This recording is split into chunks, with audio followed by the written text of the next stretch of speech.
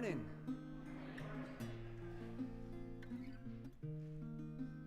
Anybody up for singing? This is a very easy song, but it requires participation. It's the words of Rumi. We all love Rumi. Let the beauty you love be what you do. And the main part goes like this. We'll all sing it in unison. Let the beauty you love be what you do. Let the beauty you love be what you do. Let the beauty you love be what you do. Let the beauty you love be what you do. That's the first part, the main part. For anybody that hasn't really woken up yet, this is a good one. Just repeats. Beauty, beauty, beauty, beauty, beauty, beauty. And the main part again goes like,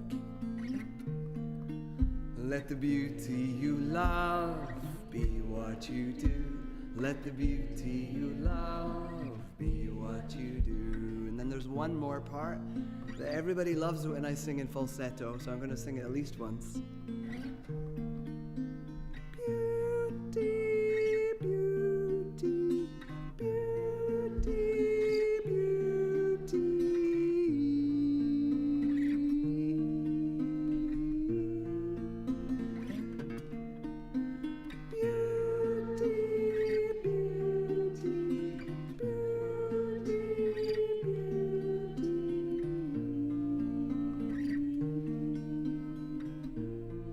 Have other parts, please sing them.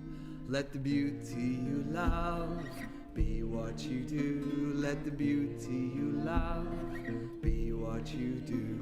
Let the beauty you love be what you do. Let the beauty you love be what you do. Beauty, beauty, beauty. Let the beauty you love be what you do. Let the beauty you love be what you do. Let the beauty you love be what you do. Let the beauty you love be what you do. Just want to say how important our acts of beauty, our realigning with compassion is when our country is doing terrible things. When there's wars raging, your light, your song, the meal that you prepare matters more than you could ever know. Let the beauty you love be what you do. Let the beauty you love be what you do. Let the beauty you love be what you do. Let the beauty you love be what you do.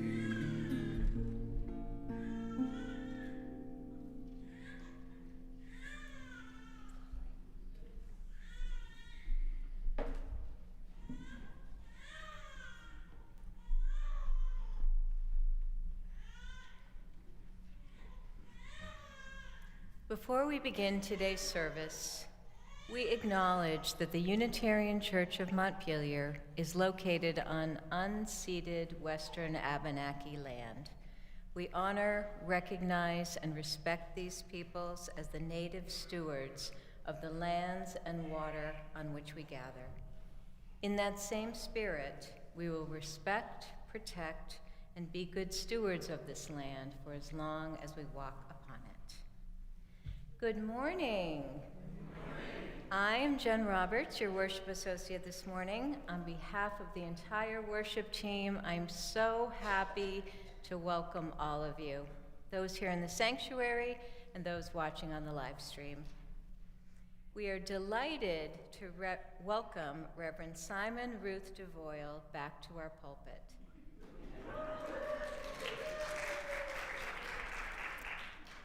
Simon is an interfaith minister, a teacher of Celtic spirituality, good friend of UCM, and a special treat for all of us. Simon will also be providing most of the music this morning.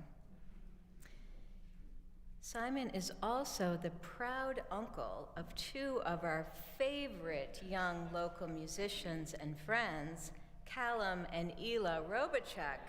What a talented family they have. Simon is moving back to Scotland later this spring, so we're especially glad that we get to see him one more time. We wish you the best of luck with your move, Simon, and know that you will be very missed here in Vermont. Since 1864, this church has been a sanctuary for those seeking spiritual sustenance as well as peace and justice in the world. Whether you are a newcomer, a longtime member, or somewhere in between, you are part of our community, and we are so glad you are here. If you are a newcomer, we'd like to offer you a special welcome. We invite you to raise your hand or stand up if you're comfortable doing so. Oh, yes, we have some welcome. Welcome. You're also invited to fill out a welcome form at the hospitality table downstairs after the service so that we can connect with you more fully. And now it's your turn. Please turn to one of your neighbors and share a greeting.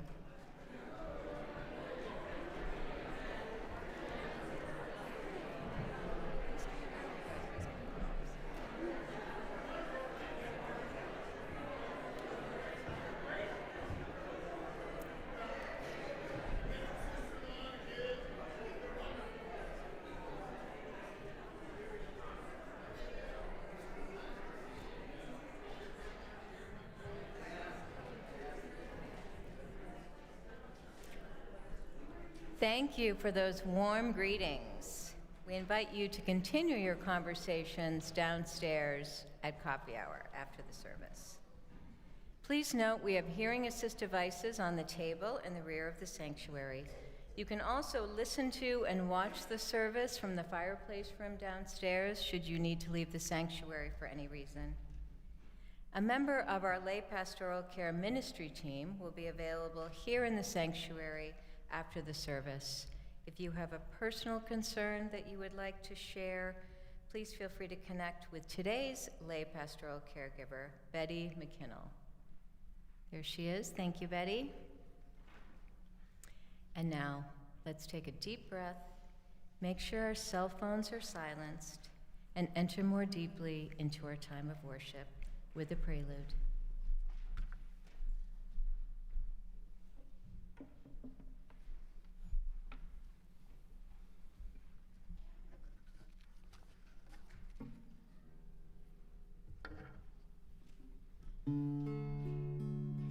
When I was a boy each week, on Sunday we would go to church, pay attention to the priest, and he would read the holy word and consecrate the holy bread, and everyone would kneel and bow.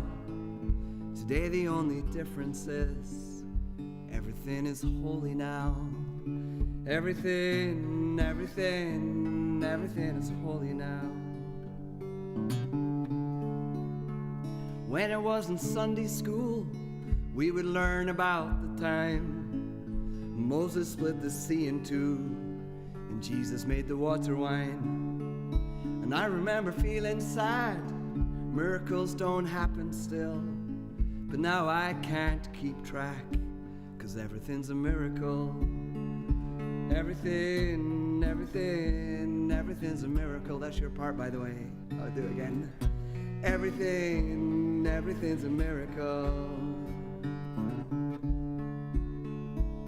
And wine from water is not so small, but an even better magic trick is that anything is here at all.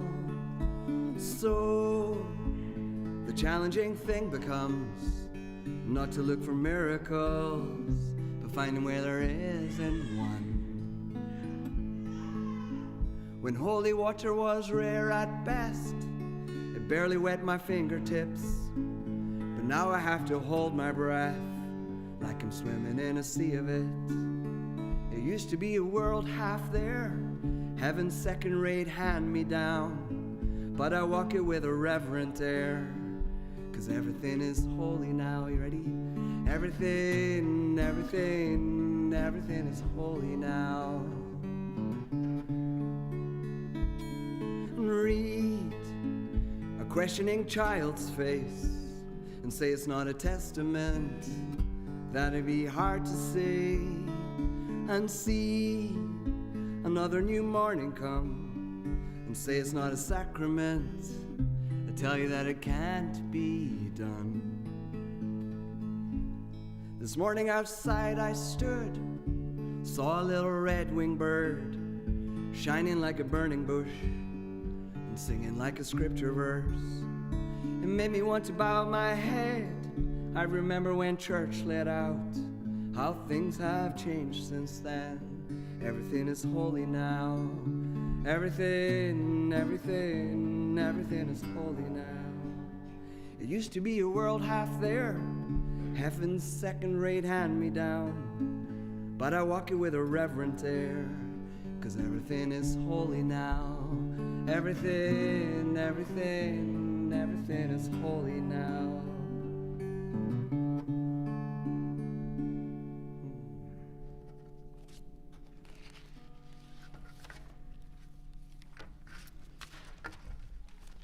Going to move into our call to worship, which, because you're all looking, I'm going to forget it.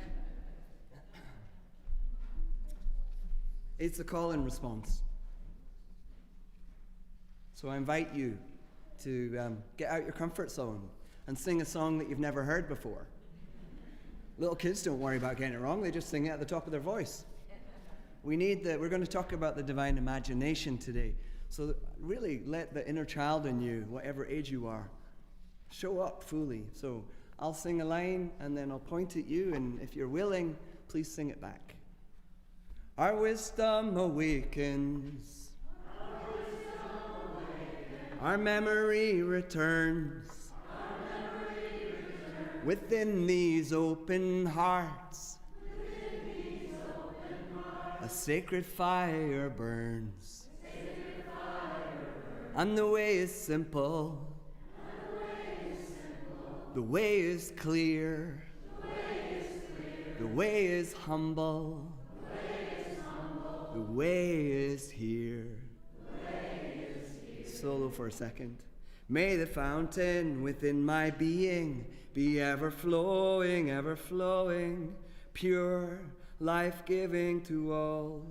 And may the fragrance blossoming from my soul be softening, enlightening the hearts of all.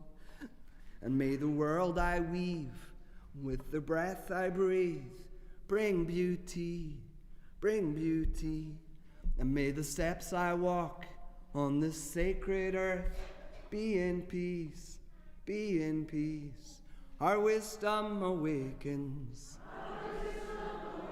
Our memory returns. Within these open hearts, a sacred fire burns. And the way is simple. The way is clear. The way is humble. The way is here. Beautiful. It's very powerful when we sing our intentions, when we sing our prayers. Please know that it has a power. There's a powerful magic in it. There's a reason that we sing hymns and make the churches sound so beautiful. So let's do that now. We're going to sing our opening hymn, which is by the same person as Holy Now. It's called A Blue Boat Home. It's one of my favorite Unitarian ones. It's in the Teal hymnal, song 1064. 1064, you're invited to stand in body or in spirit.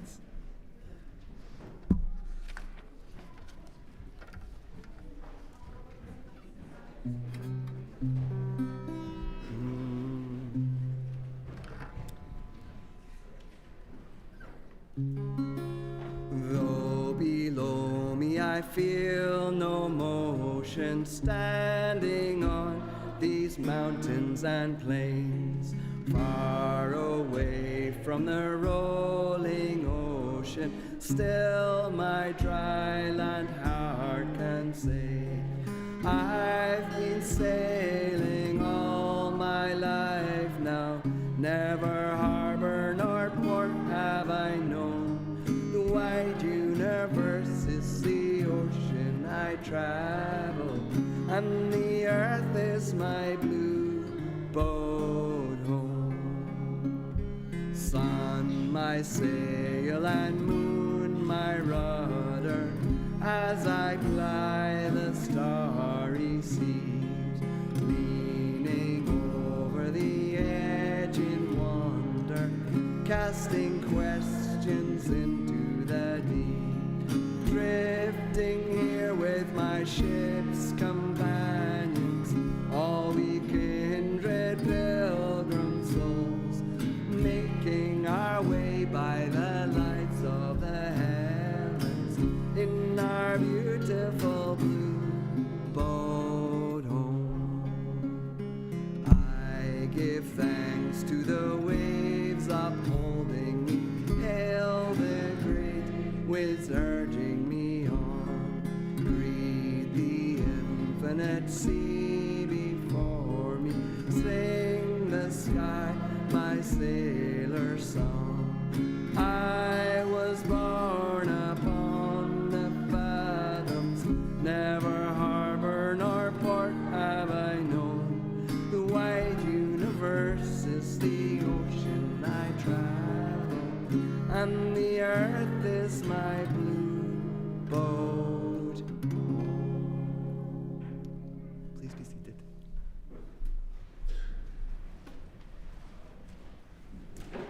Let us now light the chalice, symbol of our Unitarian Universalist faith. This morning, we invite Elaine Ball, our Congregational Life Coordinator, to come up to light the chalice. Please note you can join Elaine in the fireplace room after the service to learn more about UCM's Pathway to Memberships with a building tour starting at noon.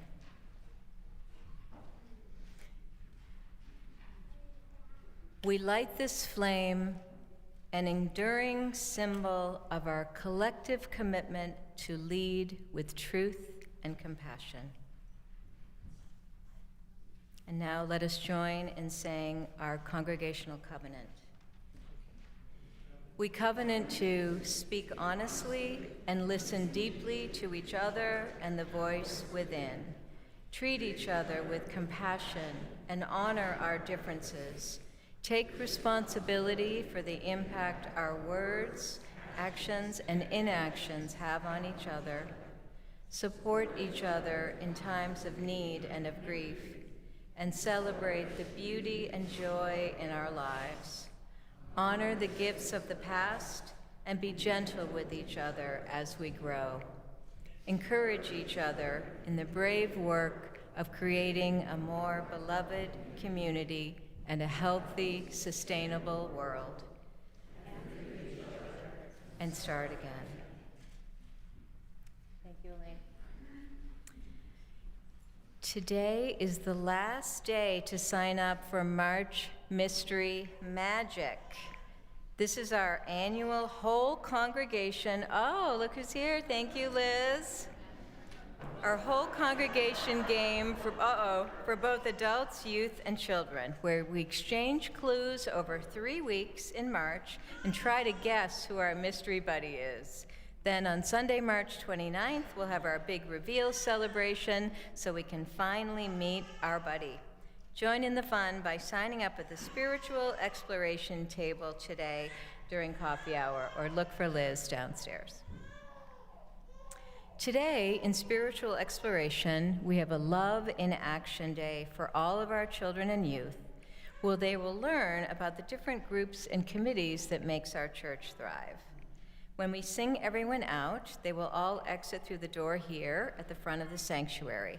If your child is not registered for spiritual exploration, or this is your first time joining, we are so happy you are here today. Adults, please come with your child to complete the registration form, then you're welcome to stay or return to the service. Children's Chapel will be dismissed from the room between the vestry and the School Street vestibule at approximately 11:15. Adults, Please be sure to sign your children out before you leave, and youth will meet back up here with their adults in coffee hour. Not here. Back up with their adults at coffee hour. Now let's sing the children out as they go.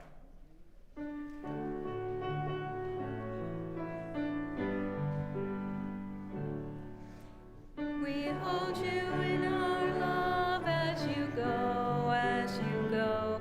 May your heart be at peace.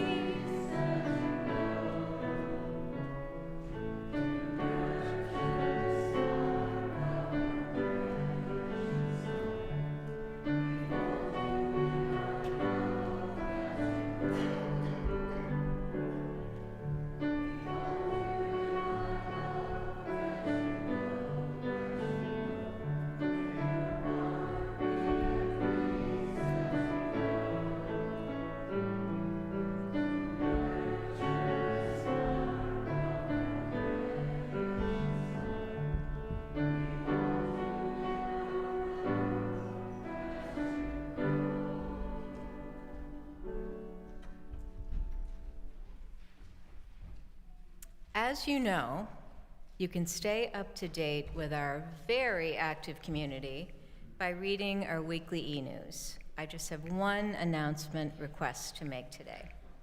As you know, we are looking for a new music director for next year, and we would love to get your input. If you would please complete the music director search survey, we would be very grateful. There are links to the survey in the e-news, on our website, and you can find paper copies downstairs. The act of giving is a spiritual practice as important as any other element in our shared time of worship. Our generosity is a form of love. Our gifts freely given help us to practice Unitarian Universalism within and beyond our congregation. Each month, through the UCM Community Pouch Program, we share part of our collection with an important church fund or community organization aligned with our values. For the month of March, our Community Pouch recipient is Good Beginnings of Central Vermont. Good Beginnings was founded in 1991 by three mothers who believed no parent should be alone after the birth or adoption of a baby. Today, trained volunteer postpartum angels offer free weekly home visits to families, providing companionship, hands-on help, and connection to local resources. They also offer peer support groups, educational workshops, and emergency assistance. Half of our offering will go to Good Beginnings. The other half will directly support the mission and ministry of this congregation. You can find the offering pouches, if you haven't already, on the ends of the pews. Please pass them toward the center aisle. We are so grateful to each and every one of you for your generosity in its many forms. Your offering will now be gratefully received. Please enjoy today's musical offering, Unsing Song by Samara Jade.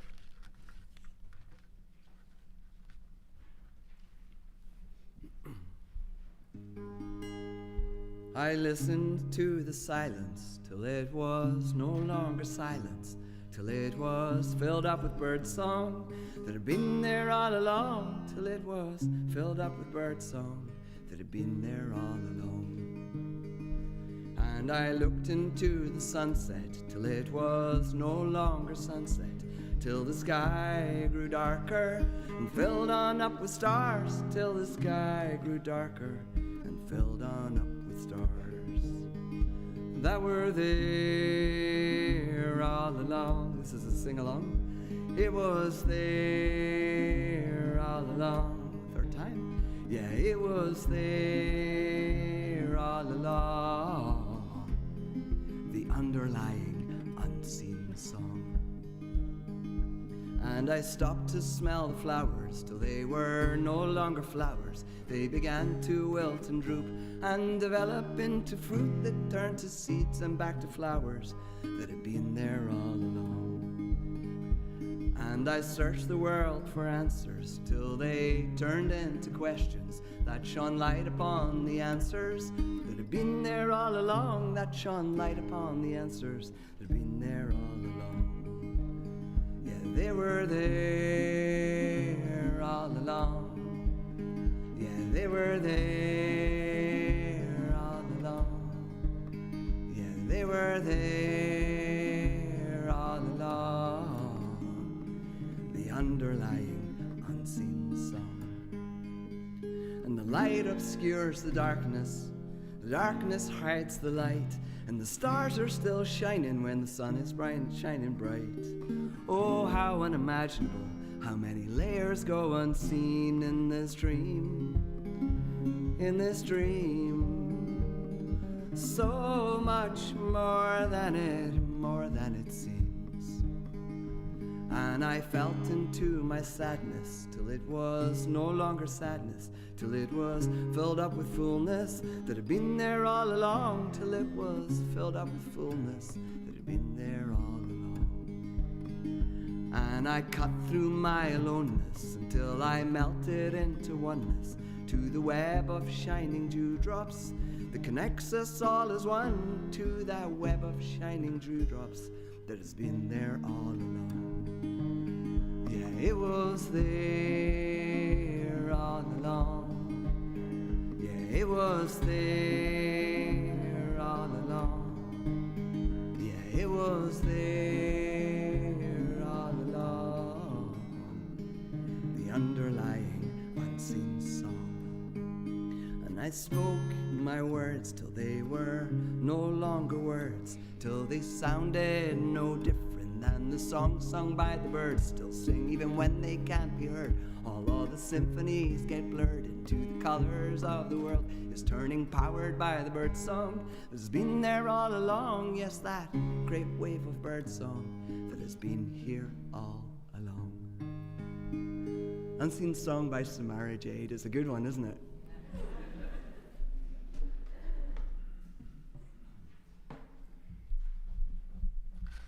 We turn our attention to this community of care and belonging, where we hold one another in times of joy and in times of sorrow. In that spirit, we share in the ritual of lighting candles twice a month. This is time we set aside to be vulnerable with one another, and through that vulnerability, we build a deeper knowledge of one another and stronger bonds of community. During the candle lighting time, you may come forward to share a special joy or milestone so that we can celebrate with you. Or you can share a personal concern or loss that calls for our love, our support, and our prayers as a spiritual community. In just a moment, I will invite you to come forward. You can share your name and briefly share the joy or concern that is on your heart before lighting a candle. Before you come forward, you might reflect on how you can clearly and concisely share what is on your heart. You may also come forward and light a candle in silence if you wish. As a reminder, our service is being live streamed, so anything shared here will be shown on the will be shared as part of the live stream. This portion of our service will be removed prior to archiving it on our website.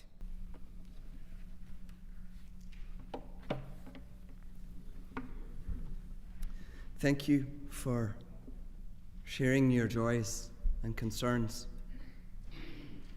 so we can all hold that in our heart.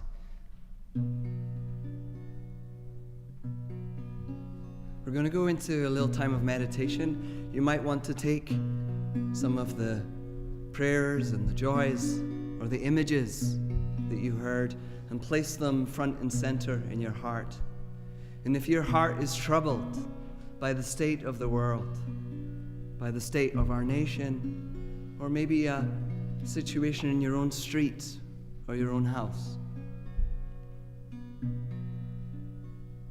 I invite you to place it in the center of your heart as we sing to create a silence surrounding your joy or your concern will be the vitality of the universe and the love of all these people who are listening to this. We're going to sing this sacred prayer. I'll sing it first and then you sing it back. Be still and know that I am love. And you sing, be still and know that I am. Be still and know that I am. Be still. Be still and know that I am. Be still and know that I am. Be still and know that.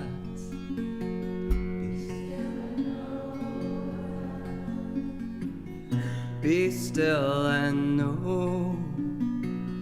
Be still.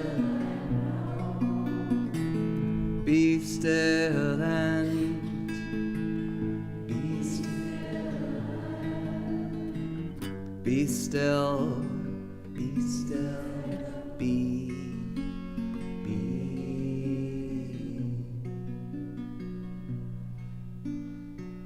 Let's hold a minute or two of quiet.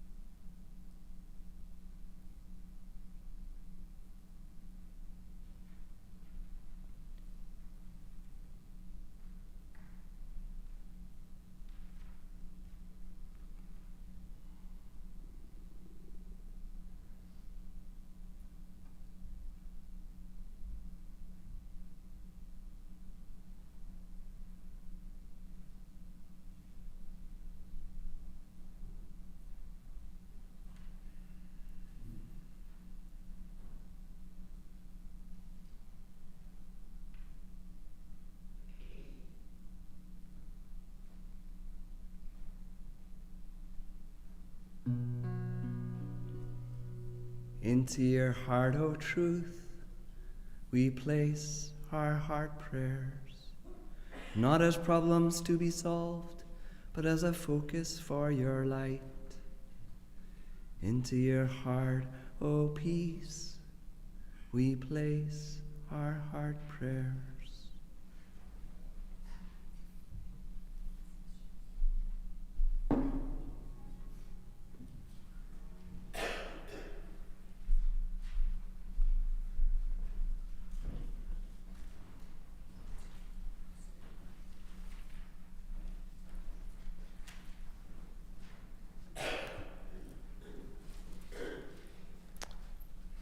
The reading that I've chosen is from one of my favourite books on Celtic spirituality. It's called Sacred Earth, Sacred Soul, by somebody that I know, John Philip Newell.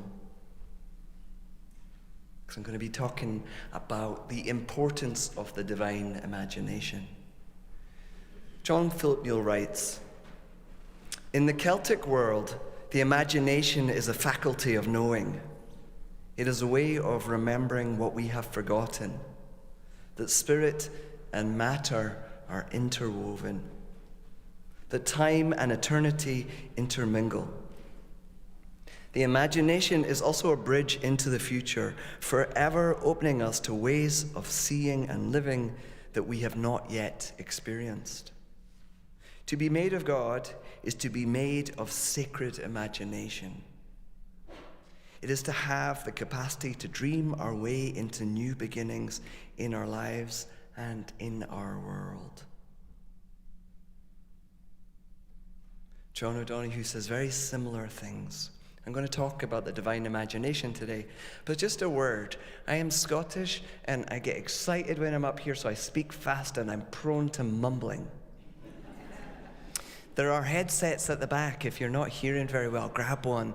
And if you're like, what? Can you slow down? Just put your hand up. Just put your hand up and I'll see it. Okay. I started my public speaking in bars as a musician, so I'm used to being heckled. Go for it, dear people.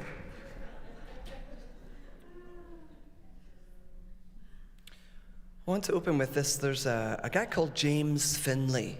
He's in his 80s, a wonderful teacher. He used to be a monk with Thomas Merton, and then some bad things happened to him, terrible things in the monastery, and he left and he became a high school religion teacher. He is a trauma survivor.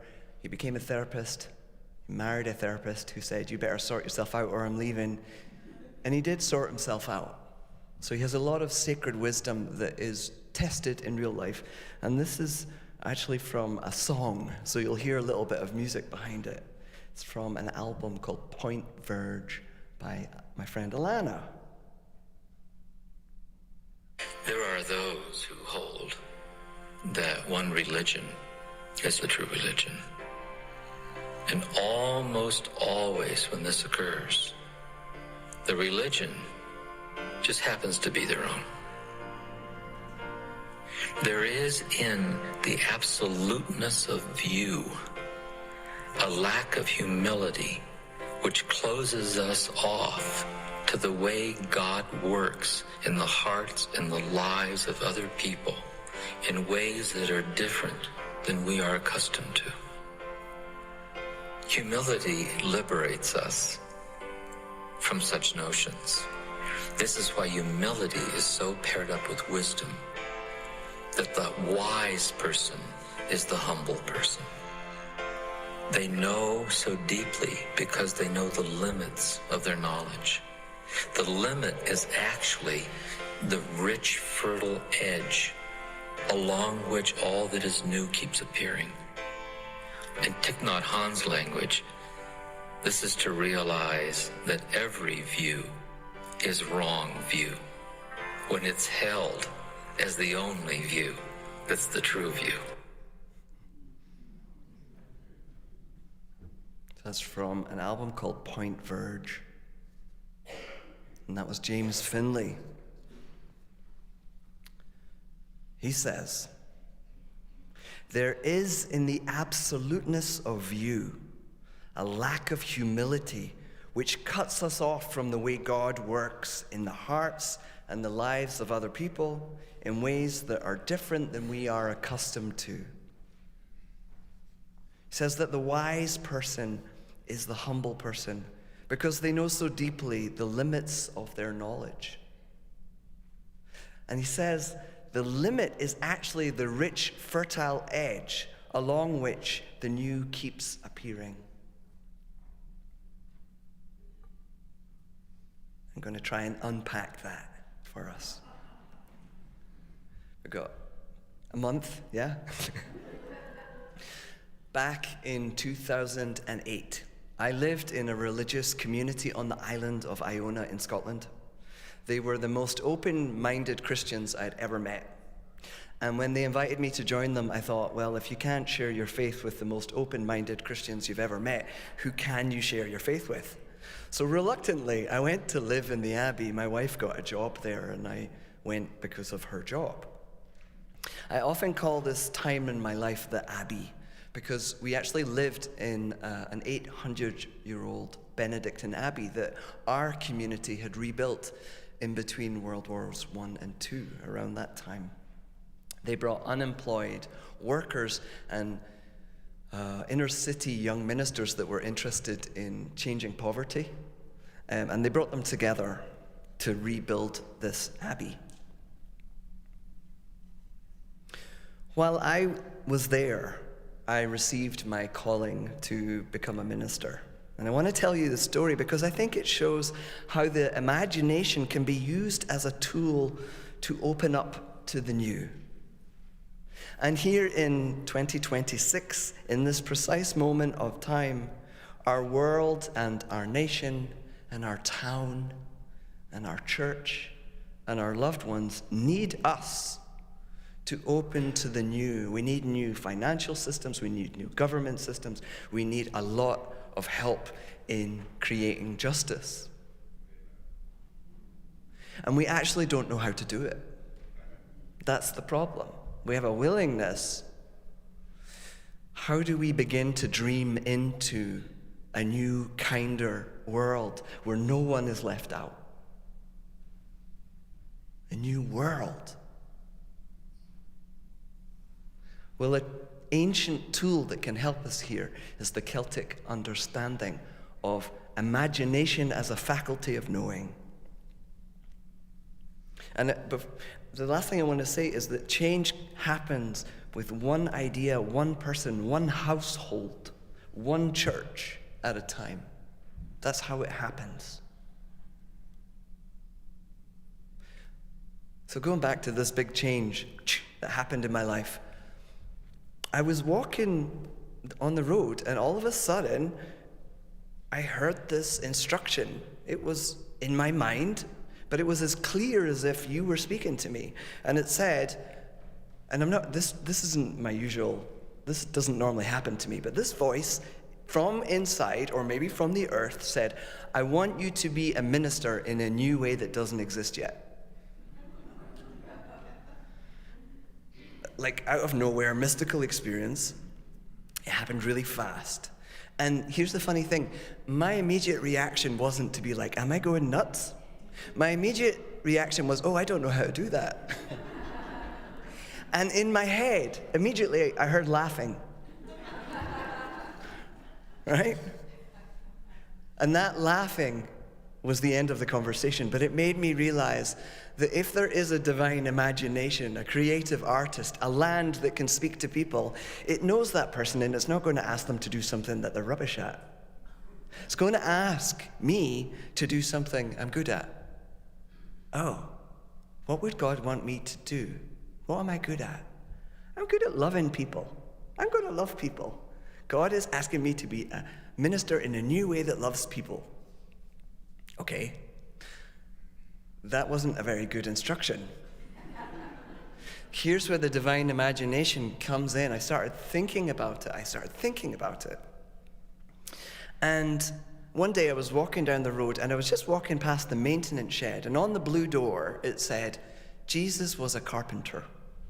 And I thought, oh, that's what I'll do. I will be a carpenter. That's a kind of minister. Jesus was a carpenter first. I'll do that. What will I build? Well, I live on a little island and we have wooden boats. I'm going to learn to build wooden boats. They look really beautiful. They've got sacred geometry and they're just beautiful.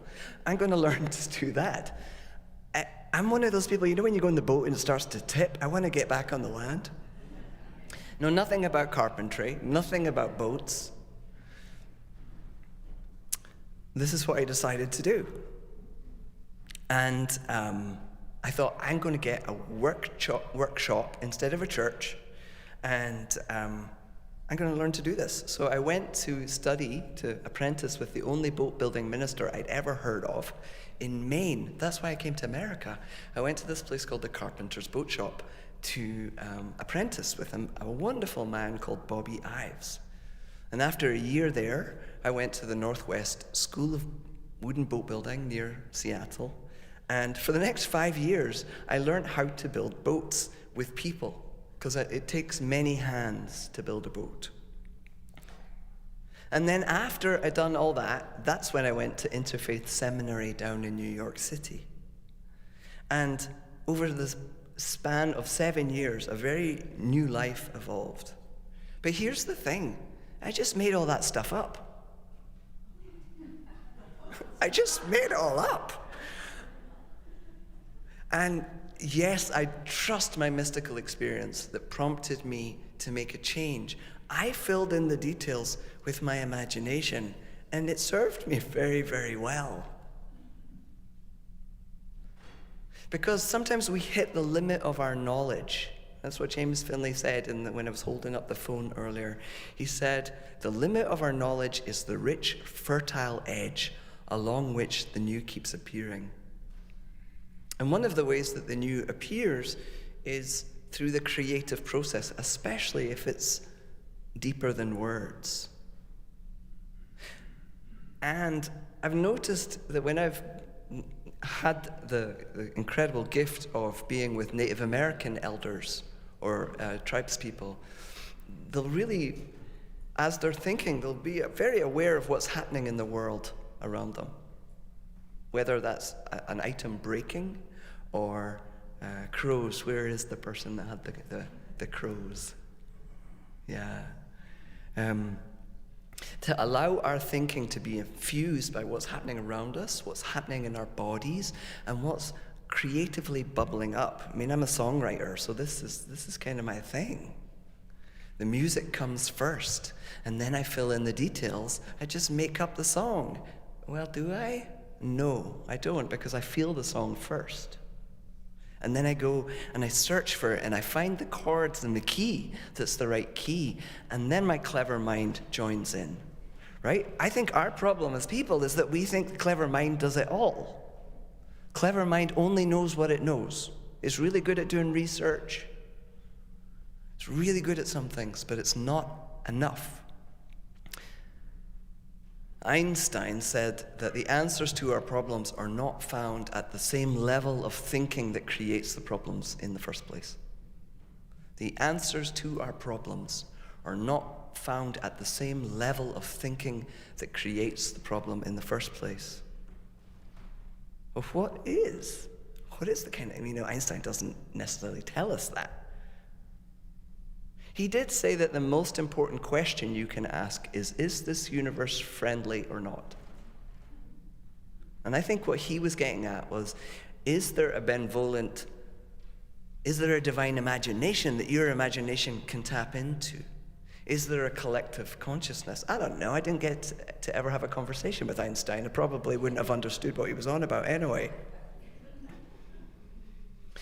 John O'Donoghue, who I do get really well, that beautiful poet who used to be a Catholic priest, amazing man, who died in 2008, he says, it is the divine imagination that calls out of things the secret shape that it holds.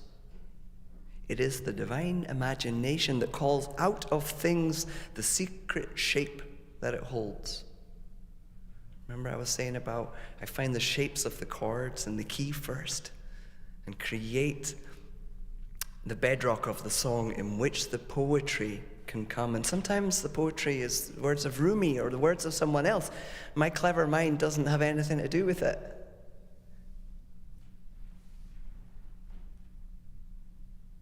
In the Christian tradition, we just had Ash Wednesday, with the ashes on the head.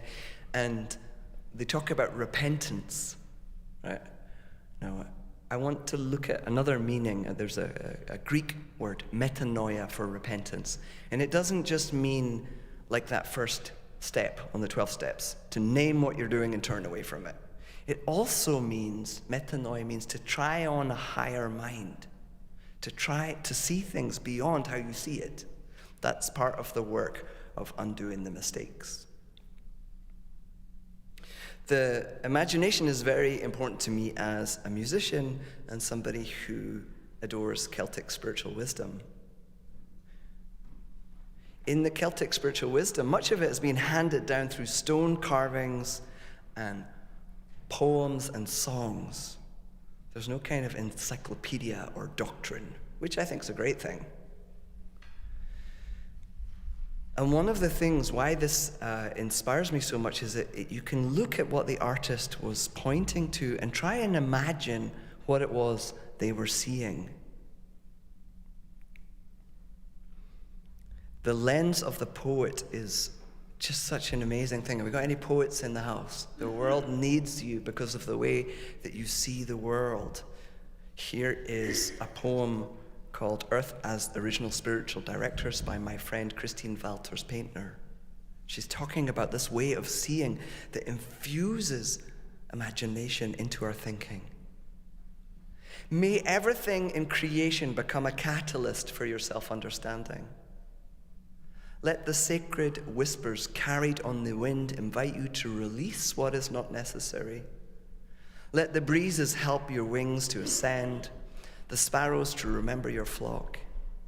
Let the divine fire that burns in your heart kindle you to deeper compassion, sunlight to seek illumination. Let the rivers and seas support you in allowing spirit to flow through your life in new ways, embracing the rise and fall within you. Let the pine cones contain an epiphany, and the forest ask you to embrace your truth once again, and each smooth stone a revelation. Let the moon sing of quiet miracles like those which are revealed and conceal the world every day right before your eyes. May you make time to listen to the elements in their wisdom, revealing the Holy One's face and the sacred direction for your one precious life. This reminds me of Mary Oliver.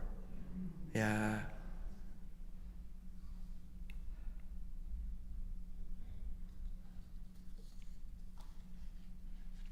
In a very real way, the world becomes what we see it to be.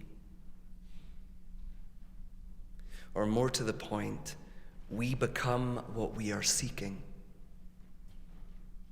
We become what we are seeking. As a minister, a lot of baby boomers say to me, "Oh, I'm just a seeker." And I'm like, yes, you're a seeker. Yes, you're seeking the thing that your heart knows is possible. That is a very valid religious path.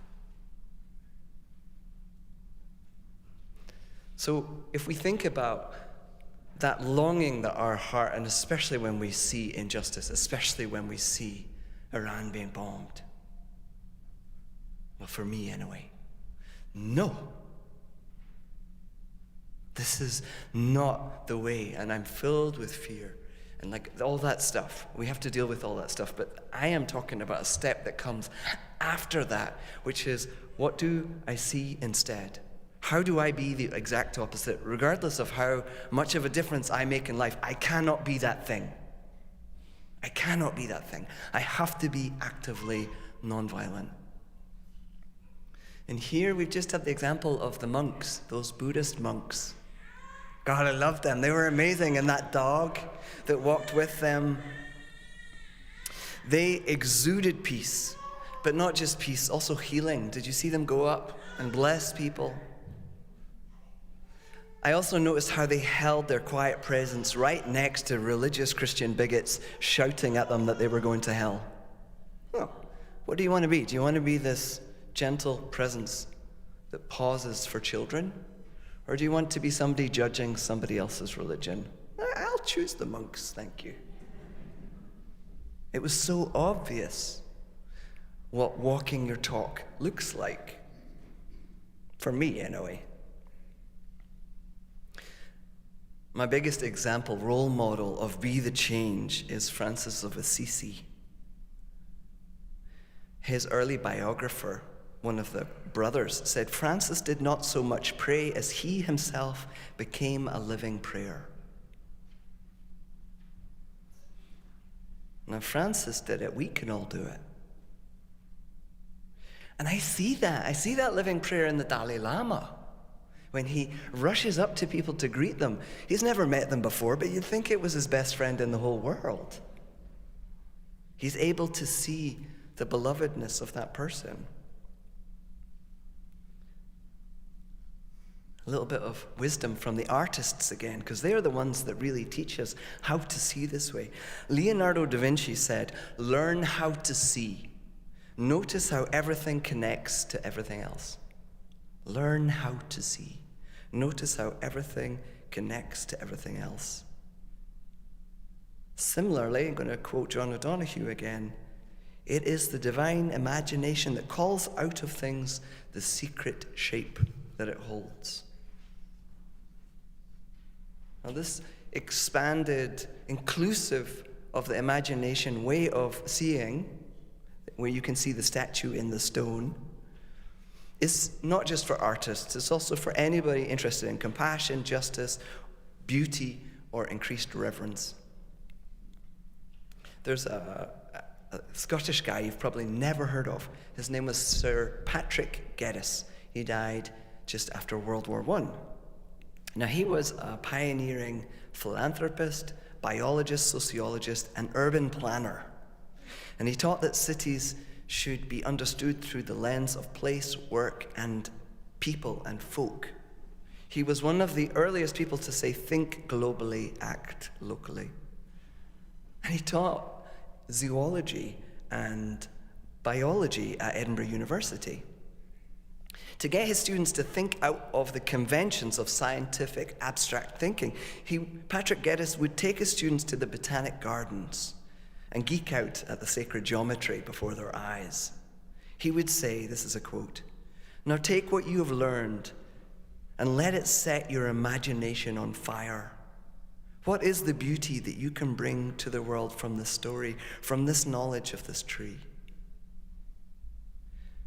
He was so inspired that it wasn't just scientists who gathered around him. Young artists did too. And the only reason I know about Patrick Geddes is because he had such a huge influence on the Celtic revival and all the painters.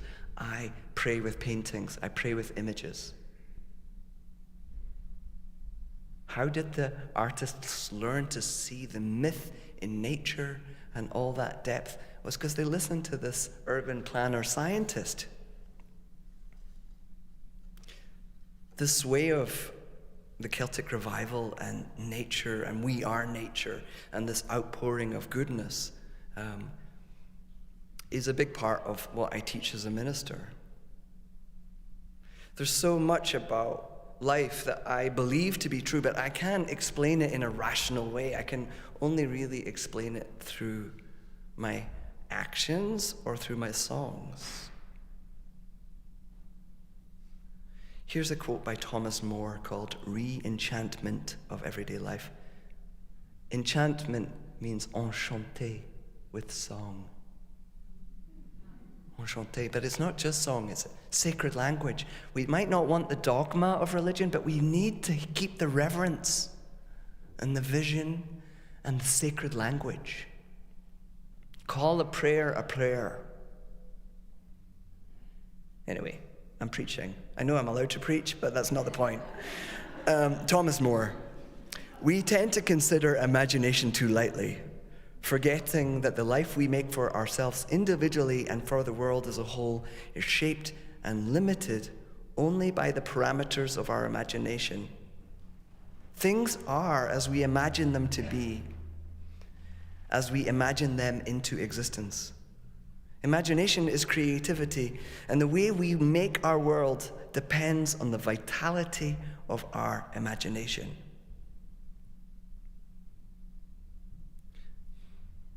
So the child in us is needed to help us show up in this way. And for that reason, I've got all these clever words, but maybe I'll come to conclusion with a joke. There's this couple, let's call them John and Mary, and they're looking out their window at their neighbor Sarah's house, and she's hanging out the washing. She's putting her sheets out, and the sheets are filthy.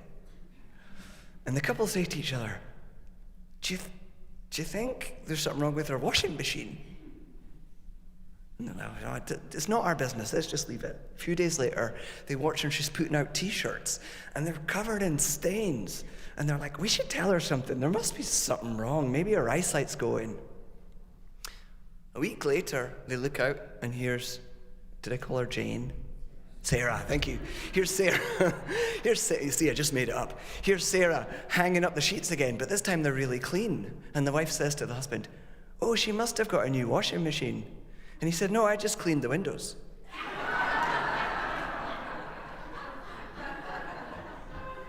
Right.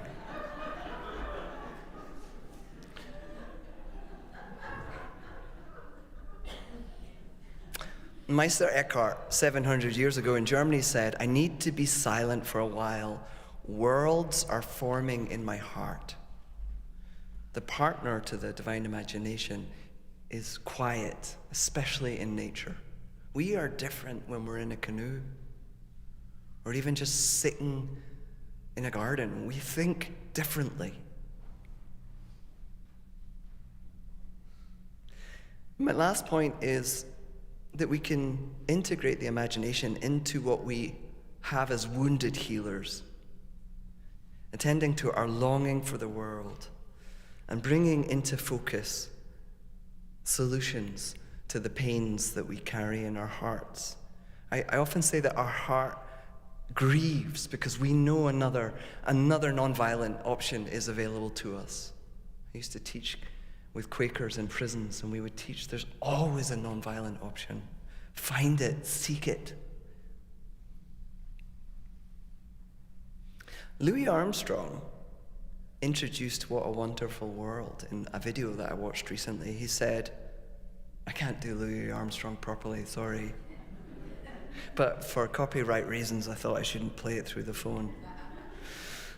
Some of you young folks have been saying to me, hey Pops, what do you mean, what a wonderful world? How about all them worlds all over the place? You call them wonderful? How about the hunger and the pollution? They ain't so wonderful either. And he says, how about listening to old Pops for a minute? Seems to me that it ain't the world that's bad, it's but what we're doing to it. And what I'm saying is what a wonderful world it would be if only we gave it a chance. Love, baby, love. That's the secret. If lots more of us loved each other, we'd solve lots more problems, and the world would then be better. I see trees of green, red roses too. I see them bloom for me and you. And I think to myself, what a wonderful world. So I'm going to end with a song that is a beautiful example of the divine imagination. Francis of Assisi, he died 800 years ago this October. That's why they're showing his bones right now. It's a weird thing to do, isn't it? Anyway. I love St. Francis enough that if I lived in Italy, I might go. But it is a weird thing to do. In the last bit of time in his life, he had a terrible eye condition and they cauterized his eyes, and he was in so much pain. Also, he supposedly had the stigmata, so he couldn't walk, and he had a lot of pain, and he wasn't able to go outside when the sun was shining. And despite that, he wrote a song that can rival Louis Armstrong's What a Wonderful World. His heart was singing out to the compassion and kindness and beauty and natural order pouring out into the world. So I'll sing that for you, and then we'll have a song that we can all sing together. Does that sound okay?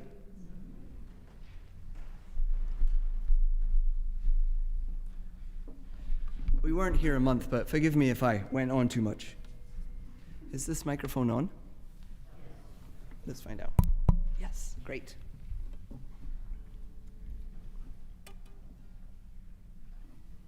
So this is called Canticle of the Sun. It's the very first thing that was written in Umbrian dialect, because St. Francis, he wasn't very well educated. He couldn't read and write in Latin.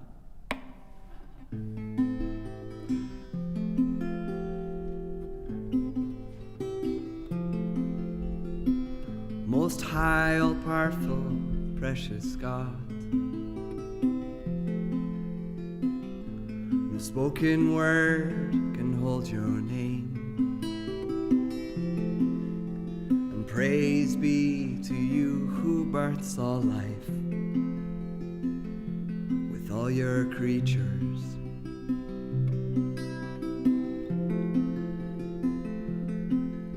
Especially you, sir, brother, son, who is the day and is your life, a beauty so true to you.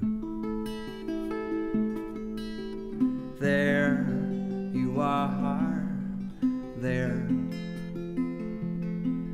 you are.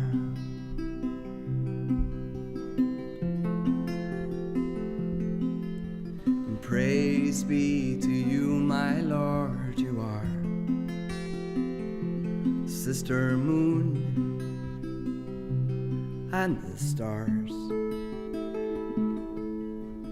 bright precious heaven, there you are, there you are.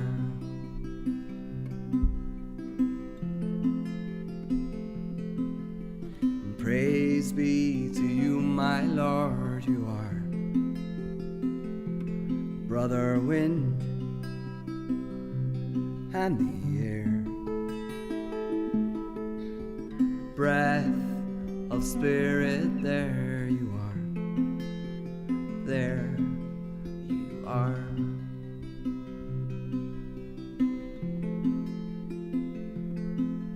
And praise be to you, my Lord, you are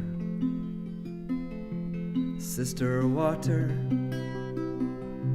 the gift of life, pure, essential, there you are, there you are.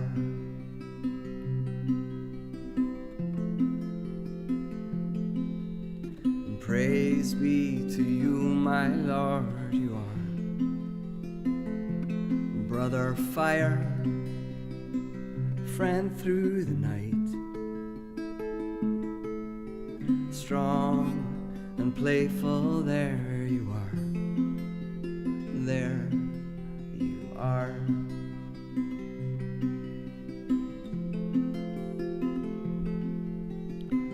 Most high, all powerful, precious God, through Mother Earth we see your face, you who govern all of life, sustain and nurture all that is, with Sister Death, first and last breath, the key unlocking all we are, there we are, there we are, there we are.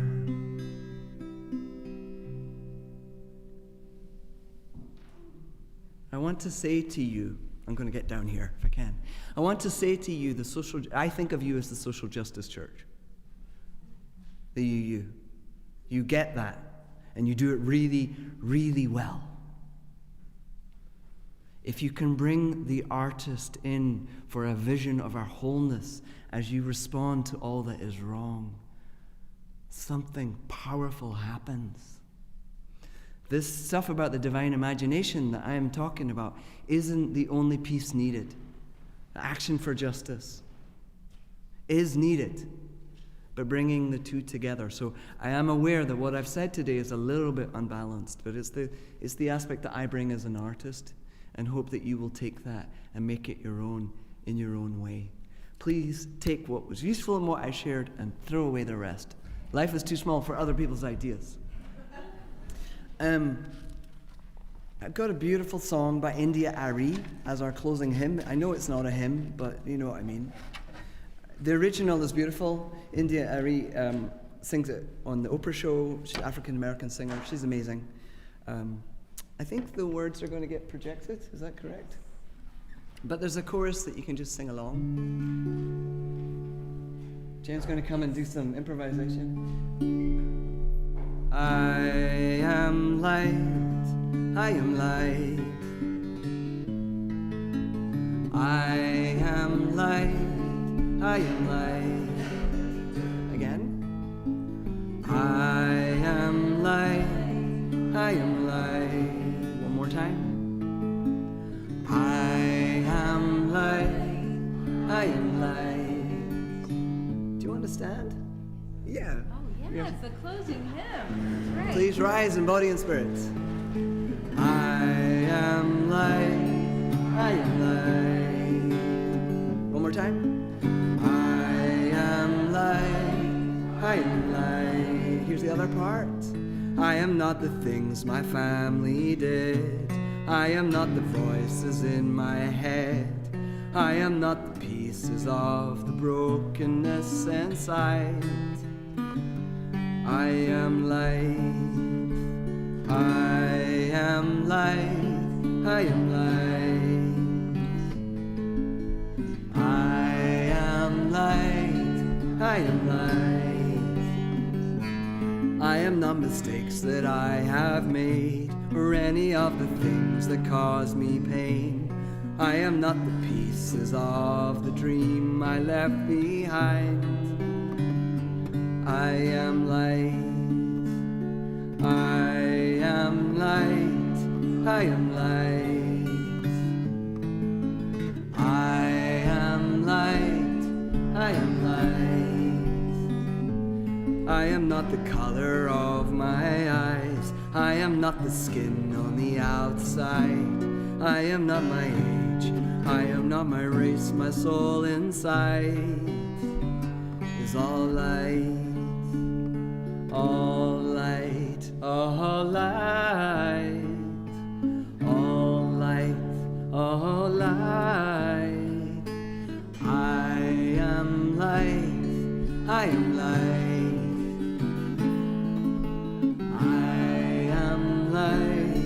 I am light. I am divinity defined. I am the God on the inside.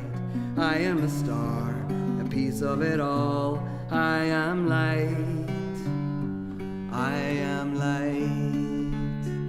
I am light. I am light. I am light. I am light. Last time. I am light. I am light.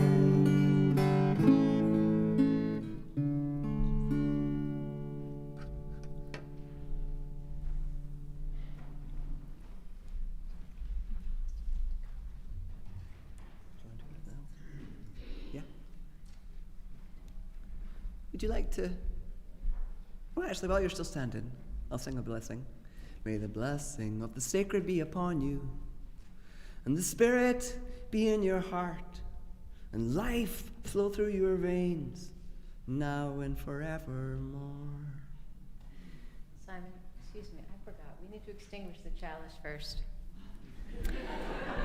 As we draw our service to a close, we extinguish the chalice, and carry within each of us its healing flame, the warmth of community, and the spark of hope into the days and the week ahead.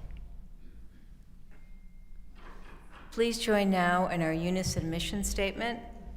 We welcome all as we build a loving community to nurture each person's spiritual journey, serve human need, and protect the earth, our home. Please be seated.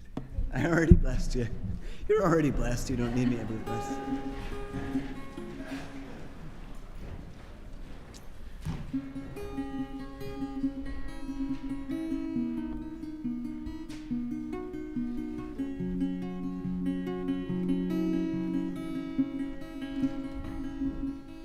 Let nothing disturb you.